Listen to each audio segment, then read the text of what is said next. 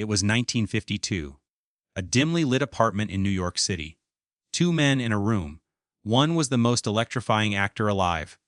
The other was a man who killed for money, and what happened between them would stay buried for 2 decades, hidden behind a door that Hollywood pretended never existed. Nobody planned for them to meet. Nobody documented it. Nobody was supposed to know. But decades later, when the FBI files were released, the truth emerged from the shadows. Marlon Brando, the man America worshipped, had been taught the mechanics of murder by a professional assassin. Not for a role, not for research.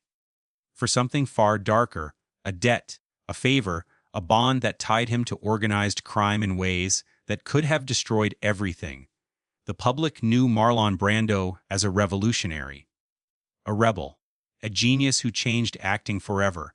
What they didn't know was that his genius came from places most people never dare to look. Dark places. Dangerous places. And in those shadows, he made a connection that the FBI didn't uncover until 1972, 20 years after it began. This is the story that Hollywood buried, the truth that changed a legend's life forever. Here is the story. Hollywood in 1952 was a city of lies built on the bones of broken dreams. The old studio system was dying, gasping for breath. In its place, something raw and dangerous was emerging, a new kind of actor. Not the polished, manufactured stars that MGM churned out like widgets, but real men. Men with edges. Men who couldn't be controlled. Marlon Brando was that man. He had just finished A Streetcar Named Desire on Broadway. The performance was mythic. Critics didn't just praise him, they surrendered to him. Here was an actor who didn't pretend to be human. He was human. Raw. Primal. Dangerous. The stage couldn't contain him. Hollywood couldn't look away. Within months, every studio executive in America was chasing him with blank checks and promises of stardom. But there was something nobody talked about. Behind the genius, behind the charisma, behind the revolutionary performances, Marlon Brando carried something that wealth and fame couldn't erase. He came from nothing. His father was violent, unpredictable, a man who drank whiskey and threw fists at anything that moved. His mother was an actress, beautiful, talented, broken by a marriage to a man who didn't deserve her.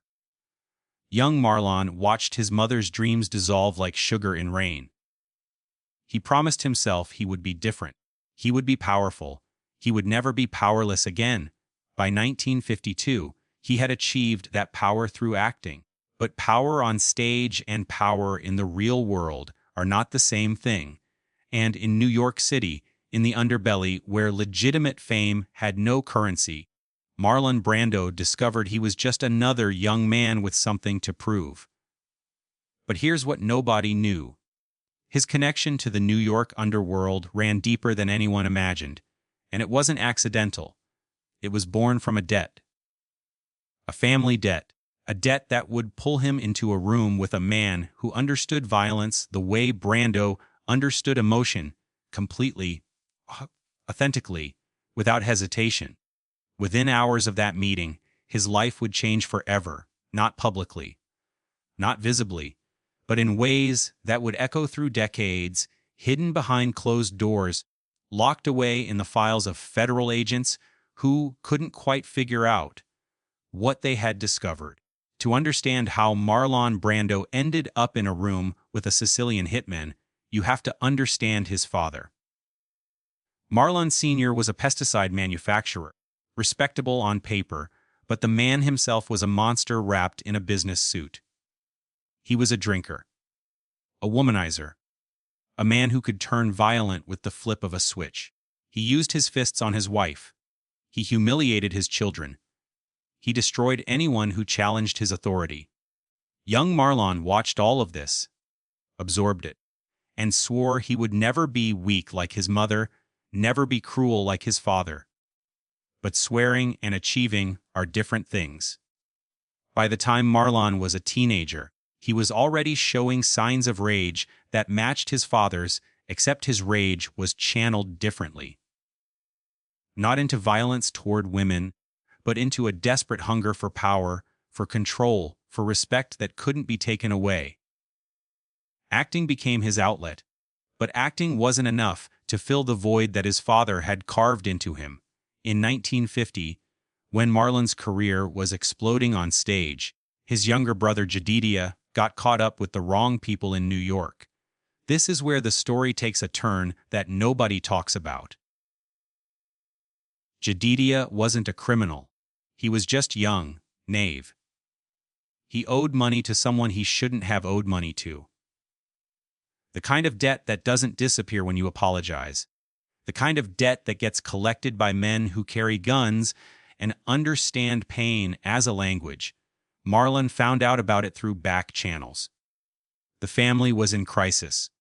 Their father was useless, drunk, and indifferent. Their mother was terrified. Jedediah was facing something he couldn't escape. And Marlon, the brilliant actor who could command a stage with nothing but his presence, faced a truth in the real world. None of that mattered. The people who controlled his brother's fate didn't care about his talent. They didn't care about his reviews. They cared about money. About power. About obedience. So Marlon made a choice. He paid the debt, not just Jedediah's debt, but enough money to show respect to the people who ran that operation. And in doing so, he made himself known to them, valuable to them, connected to them in a way that went beyond a simple financial transaction. Quick question. Have you ever had a secret that was eating you alive? A burden you carried alone because showing it would destroy everything you'd built? That's what Marlon was living with. He was America's greatest actor, a genius who was supposed to be untouchable. But privately, he was connected to organized crime. One wrong word and everything would collapse. His career, his reputation, the mythology they were building around him. Years earlier, before he was famous, Marlon had learned about men from his father, about how power worked in the real world. Not the fantasy world of theater. But that knowledge was theoretical. Now it had to become practical. He needed to understand these men. Learn their language. Prove that he wasn't just some spoiled actor playing dress up. He was serious. He was respectful. He could be trusted. And that's when the invitation came. A private meeting. Not a threat. Not a command. An invitation wrapped in courtesy, with menace underneath every word like blood under fingernails. A man wanted to meet him. Not at a restaurant. Not in public. At a private location. Someone important. Someone with authority. Someone who wanted to know who this brilliant young actor really was. The door opens. Silence. Pure silence. Marlon Brando steps into a room on the Lower East Side of Manhattan. Dark wood. No windows. A single table. And across from him sits a man in his late 50s, thin, with eyes that have seen every human capacity for both cruelty and deception. His name is never recorded in any document we can find, but he is a fixture in the New York underworld, a man who has earned his position through absolute competence. He is a hitman, a contractor, a problem solver for the Sicilian families who run the city's most dangerous enterprises. Marlon sits. The man does not smile. He does not offer a handshake. He simply nods toward the chair and waits for the young actor to settle. Your brother is safe now, the man says. His accent is thick, Eastern European with Italian edges. But safety has a price. Not money. We don't need money from you. We need something else. But to understand what happened in that room, you need to know what Marlon Brando was searching for beneath all that genius. He was searching for power that couldn't be questioned.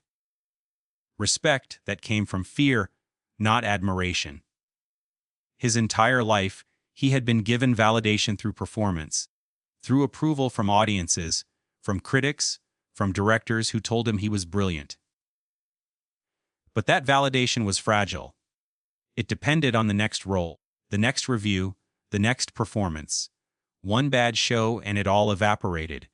In the real world, the world run by men like this, respect came from different sources. It came from knowledge, from capability, from knowing things that other people didn't know, from being able to do things that other people couldn't do. It was primal, elemental. And in some twisted way, it called to something deep in Marlon Brando, something that his father had instilled in him, something that demanded proof of manhood through dangerous knowledge. I want to teach you something. The man continues. Not to use. To understand.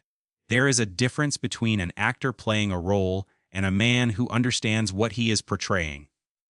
You play violent men. You play men of power. But do you understand them? Marlon doesn't answer. The man leans forward slightly. I'm going to teach you how to kill a man, he says. Not to do it. To understand it. The mechanics, the psychology. The moment before. The moment after. When you know this, really know this, your performances will change. People will feel the difference. They will recognize authenticity because you will carry it in your bones.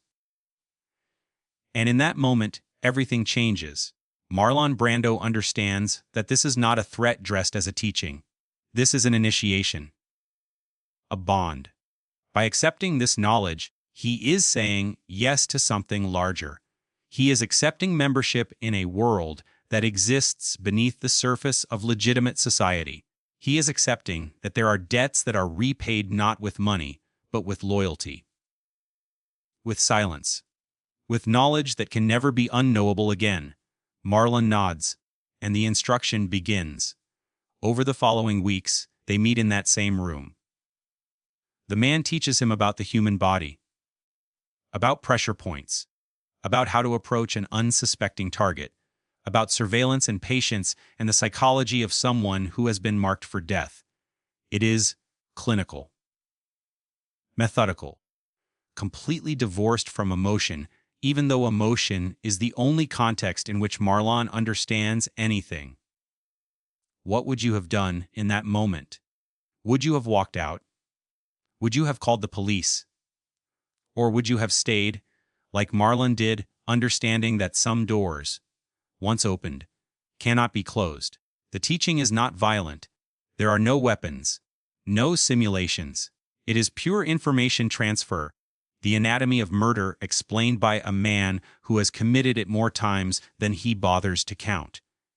He teaches Marlon about the difference between killing and murder, about the necessity of detachment, about how a professional operates in a space beyond morality, where the job is simply the job and nothing else.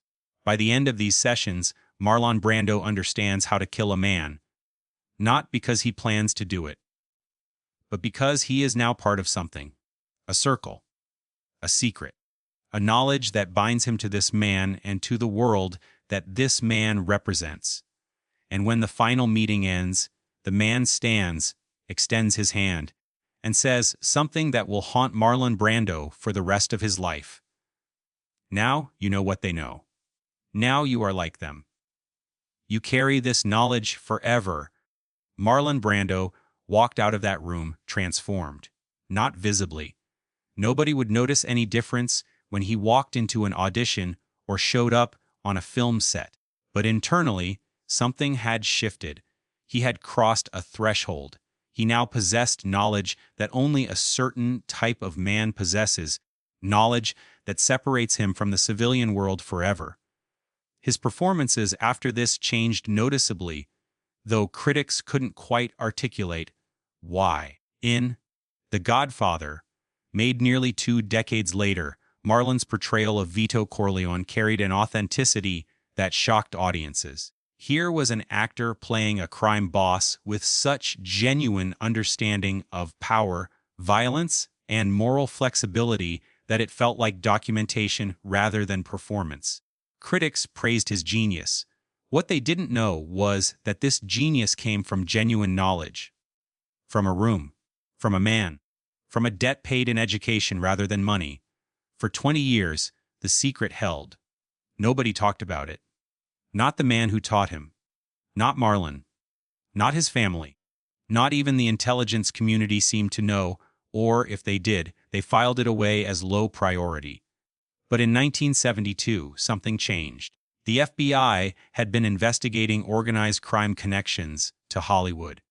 It was routine work, tracking money flows, identifying relationships, mapping the web of influence that certain crime families maintained in the entertainment industry. In those files, the meeting was mentioned. Not in detail, not with names, but there was a reference, a notation. An agent had been investigating the Lower East Side operation and had heard rumors of a high-profile actor being brought into a private meeting. The description was vague, but the pattern matched Marlon Brando. The date matched, the location matched, and when the agent dug deeper, he found corroboration from sources who had nothing to gain from lying. The FBI knew. They documented it, but they did nothing with the information publicly. Why? Perhaps because prosecuting it would have been impossible. Teaching someone how to kill is not the same as instructing them to commit a specific crime. Perhaps because exposing Marlon Brando would have damaged something larger, the mythology of Hollywood, the clean image that the entertainment industry sold to America. Or perhaps because the men involved in that meeting were considered more valuable to investigate than Marlon was worth destroying. So the truth stayed buried in federal files, locked away in archives that wouldn't be declassified or discussed for decades. Meanwhile, Marlon Brando became a god. The Godfather made him a legend. His performances became more powerful, more authentic, more haunting. And underneath it all was this secret knowledge. This bond, this threshold he had crossed in a dark room on the Lower East Side of Manhattan. Some believe it changed him fundamentally. Others say it simply gave form to something that was already inside him, a capacity for understanding darkness that most actors can only pretend to possess. But there's another side to this story, a shadow side. In his later years, Marlon became increasingly erratic, paranoid in some ways, obsessed with power and control. He made films that glorified violence in ways that made people uncomfortable. He spoke about understanding the criminal mind with an authority that sometimes seemed to cross a line from performance into something else entirely. He isolated himself. He built walls. He carried weight that nobody could help him bear, because the source of that weight could never be explained. The secret consumed him. Not because he regretted the knowledge, he never expressed regret. But because knowledge like that comes with a cost.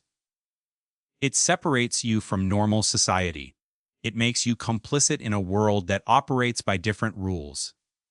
And once you're complicit, you can never fully be innocent again. When Marlon Brando died in 2004, he took many secrets to his grave. We will never know exactly what he felt about that meeting in 1952. We will never know if he ever used the knowledge he was given.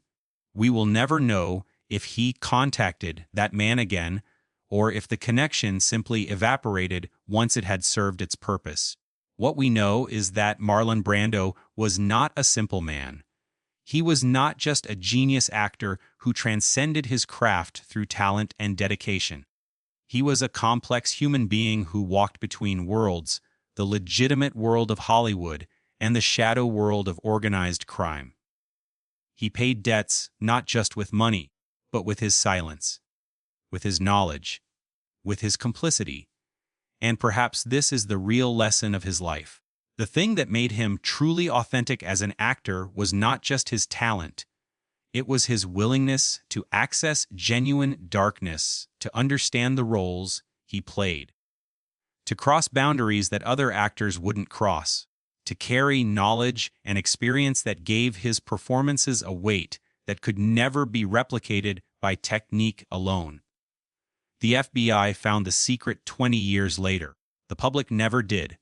Marlon Brando's reputation remained pristine. His legend remained untarnished. Nobody outside of intelligence circles and organized crime historians ever knew about the meeting in 1952. The man who taught him how to kill probably died long ago, carrying his own secrets.